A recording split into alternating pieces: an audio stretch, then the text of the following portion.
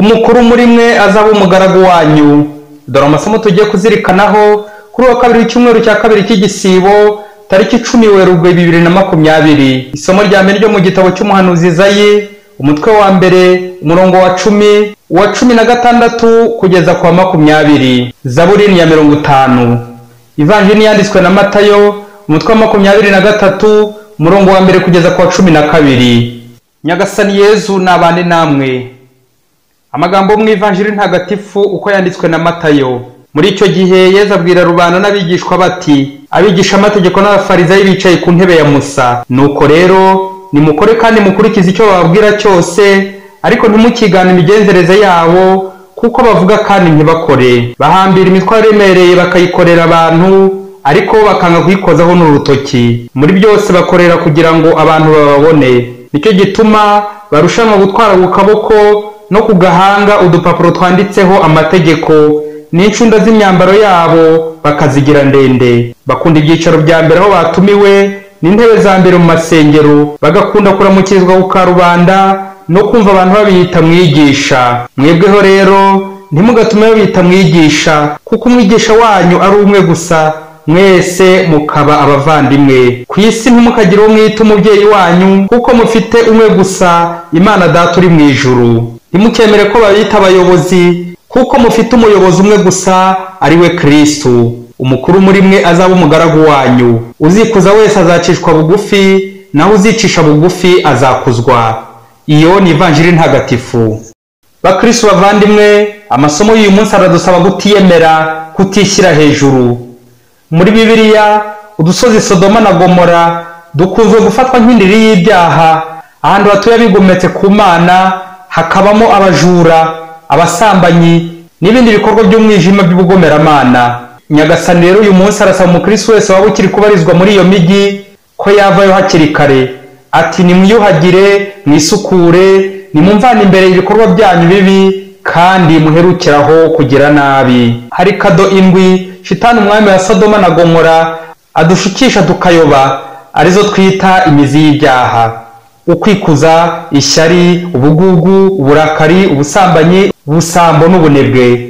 Muri iyo yose ukaze cyane shefu w'indi ni ubwirasi.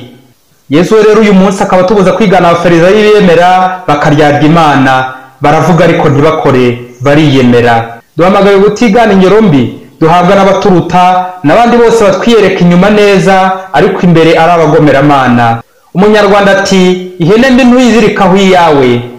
Muvandimwe, muri iyi minsi ujye wirinda ikigare, ujye wirinda kohoka ku gikundi cy'abagomeramana. Umuhanga ati, mbwira uwo mugendana ndakubwira uwo uri we. Niba ujyana n'umurozi nawe kwigisha kuroga, niba ujyana n'umusambanyi agutoza izo ngeso mbi zose, nujyana n'umusinzi ntimwajyana kabiri gatatu ataragusomyaho, kandi ukazamwigana ndetse ukazamurusha. Tujye tuvumbura vuba abatoza b'ingeso mbi, bityo tubizi tureho.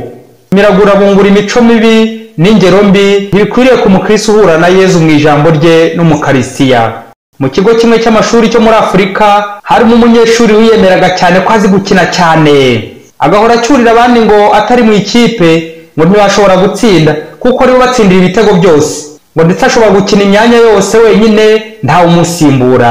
Umunsi umwe bagomba kujya gukina kure bajyanye n'imodoka, nuko muvandimwe w'umwiyemezi wari uzi gukina cyane yikingira mu cyumba, aribwira ati imodoka ntiyahaguruka ntarimo, bakina iki se, bakora iki? Akomeza aragenda batsindagura agakipe bikomeye, babaha n'ibihembo bishimishije. Buri mukinnyi wakinnye bamuha igihembo cyo kumurihira umwaka wose. Ubwo undi w'umwiyemezi wasigaye ngo baracyategereje ko baza kumureba ngo bajye gukina da, ahubwo bagaruka bamubwira ukuntu batsinze cyane.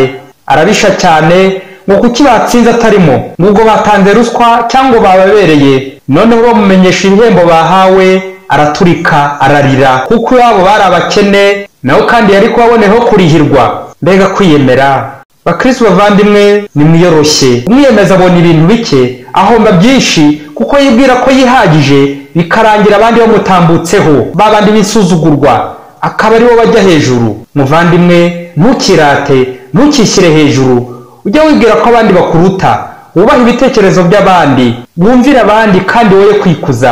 ahubwo ujye uharanira kwitanga, ukore neza aho kuvuga gusa, bityo uhora ugambirira kuba umugaragu aho kuba umushefu ngo babanze baguhakweho. Ujye wirinda ko abantu babanza kuguhakwaho. Imana ikunda umutima wiyoroshya, bitangira abandi mu ngero nziza z'ubuzima. Yezu Kristo akuzwe bavandimwe. Mwari kumwe na Padiri Masumbuko Ladislas, umurezi mu iseminari ya Mutagatifu Aloyizi, Diyosezi ya Cyangugu.